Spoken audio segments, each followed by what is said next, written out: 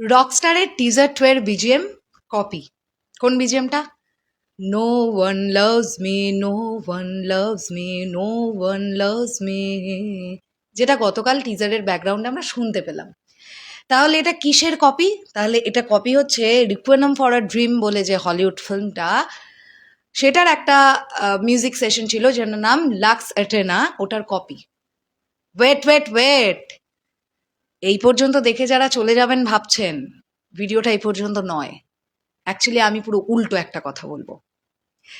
রকস্টারের teaser 2 এর BGM কোনোভাবেই copy নয়। যারা সোশ্যাল মিডিয়ায় এসে এই ধরনের অ্যালিগেশন তুলছেন যে লাক্স অ্যাটেনার কপি হয়েছে টিজার 2 এর ব্যাকগ্রাউন্ড স্কোরটা নো ওয়ান লাভস মি, তাদের উদ্দেশ্যে আমি এক বালতি সমবেদনা দেবো এই ভিডিওতে। তাই যারা কপির অ্যালিগেশনটা তুলছেন তারা তো অবশ্যই গোটা ভিডিওটা দেখুন। আর যারা খুব একটা মিউজিক সম্পর্কে ধারণা রাখেন না, সবাইকে যে রাখতে হবে এর কোনো মানেও নেই, তারাও দেখুন এই ভিডিওটা। স্পেশালি সাকিবিয়ান ভাইরা বোনেরা তো দেখবেই, কারণ আজকে আমি কপিবাজদের এমন সাবান জলে ধোবো যে তারা পালিয়ে আর পথ পাবে না। আমি কয়েকটা যুক্তি দেব, কিন্তু তার আগে যুক্তিটা ভালো মতন দেওয়ার আগে তফাৎটা বুঝে নিতে হবে না এক্স্যাক্টলি বিষয়টা কি বা কিভাবে যাচ্ছে। সেটা জানার জন্যে আমাদেরকে প্রথম যেটা করতে হবে সেটা হচ্ছে টিজারের যে ব্যাকগ্রাউন্ড স্কোরটা সেটা শুনে নিতে হবে। নো ওয়ান লাভস মির ব্যাকগ্রাউন্ড স্কোরটায় কী কী নোট লাগছে, কোন রাগের ওপরে যাচ্ছে এক্স্যাক্টলি সবটা আমাদের দেখতে হবে। তারপরে আমরা আসবো ওই হলিউড মিউজিক থেকে কপি নাকি কপি নয় ওই বিষয়টা নিয়ে। চলো একদম দেরি না করি আমি মেগাস্টার শাকিব খানের ফেসবুক পেজে চলে এলাম, অ্যান্ড এখান থেকে আমি দেখা শুরু করব এক্স্যাক্ট গানে নোটগুলো কী কী আছে। তোমরা জানো প্রথমে ইসান এইসবের অ্যাড ফ্যাড আসছে, এরপরে গানটা শুরু হবে। চলো শুনি আমরা।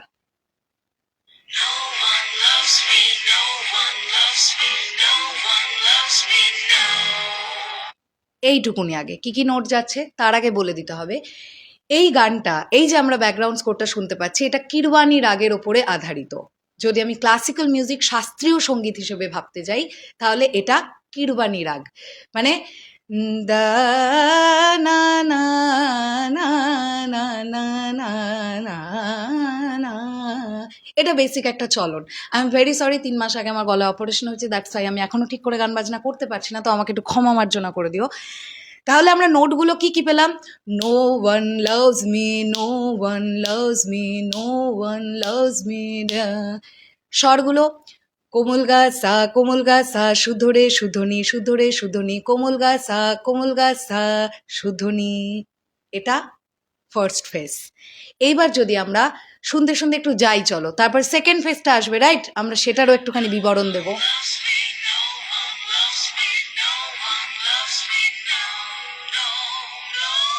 এখানে আমরা চেঞ্জেস কি পেলাম? সেকেন্ড লাইনটা শেষে নি রে মা ও হো হো এটা করা হয়েছে, ওকে। পাতে গিয়ে এটাকে শেষ করা হলো, ডা ডা ডা ডা, এটা পেলাম। এবার তো মিউজিক চলছে, এটার যদি নোটটা বলি, সেকেন্ড পেজটা দেখি, রে গা মা পা নি সা, শুদ্ধরে ওপরে শুদ্ধরেতে গিয়ে শেষ করা হলো, মা গা রে সা সা সা, এটা যাচ্ছে সেকেন্ড ফেজ। সেকেন্ড লাইন কি যাচ্ছে? নি সা গা মা পা নি সা গা, এরম একটা যাচ্ছে সেকেন্ড ফেজটা, ওকে। তাহলে এটা আবার উপরের পাতে গিয়ে শেষ হচ্ছে, অর্কেস্ট্রা তো, ডা ডা ডা ডা ডা ডা ডা ডা ডা, এখানে গিয়ে শেষ হচ্ছে। এইবারে যে মিউজিকটা থেকে কপি অ্যালিগেশনটা উঠছে সেটাও তো আমাদের দেখতে হবে, সেটার বিস্তারিত আলোচনা করি। সেটা হচ্ছে একটা হলিউড ফিল্ম, যে ফিল্মটার নাম হচ্ছে রিকোয়েনাম ফর আ ড্রিম। এই প্রজেক্টটার লাক্স অ্যাটেনা বলে যে মিউজিকটি আছে সেটা থেকে নাকি নো ওয়ান লাভস মি এটা কপি করা হয়েছে। চলুন সেটাও আমরা একবার দেখে নিই এক্স্যাক্টলি যে জায়গাটা থেকে কপির অ্যালিগেশনটা তোলা হচ্ছে, অর্থাৎ 1 মিনিট 3 সেকেন্ড থেকে 5 সেকেন্ড এই সময়টা থেকে আমরা শুনতে শুরু করি, অ্যান্ড আমরা দেখছি কি দাঁড়ায়।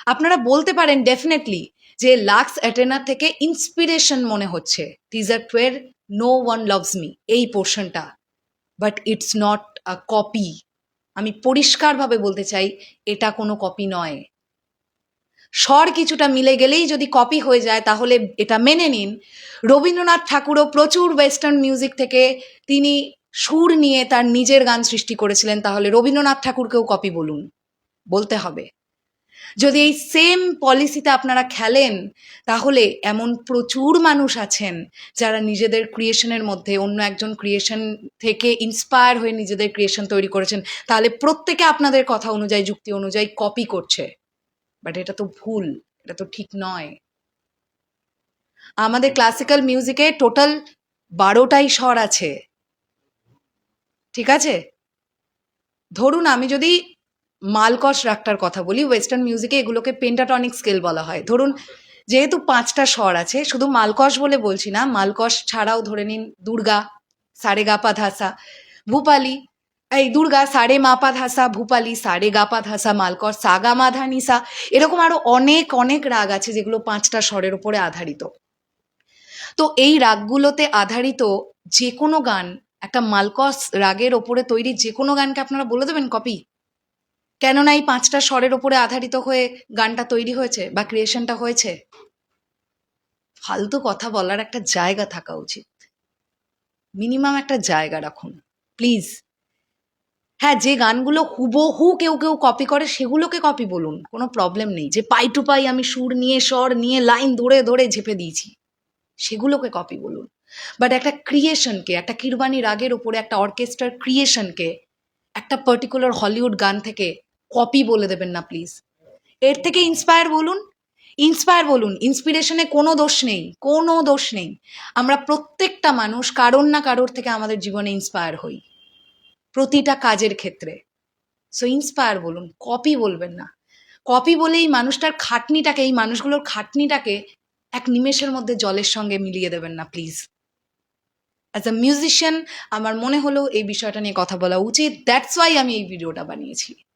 আপনারা আমাকে ম্যাক্সিমাম সময় মেগাস্টার শাকিব খান নিয়ে চিৎকার করতে দেখতে পান, উচ্ছ্বসিত হতে দেখতে পান, বাট আজকে আমার এই বিষয়টা নিয়ে যদি আমি আলোচনা না করতাম, আমার কোথাও গিয়ে মিউজিক সত্তাটাতে আঘাত করছে বারবার। কারণ আমাকে সাকিবিয়ান ভাইরা বোনেরা পাঠাচ্ছে যে দিদি দেখো টিজার 2 এর ব্যাকগ্রাউন্ডটা নাকি হলিউডের লাক্স অ্যাটেনা থেকে কপি। তাই এই ভিডিওটা তৈরি করলাম, শেষ করলাম ভিডিওটা। আসছি আবার খুব শিগগিরই নতুন কোনো ভিডিও নিয়ে। তাহলে এখনের জন্যে টাটা।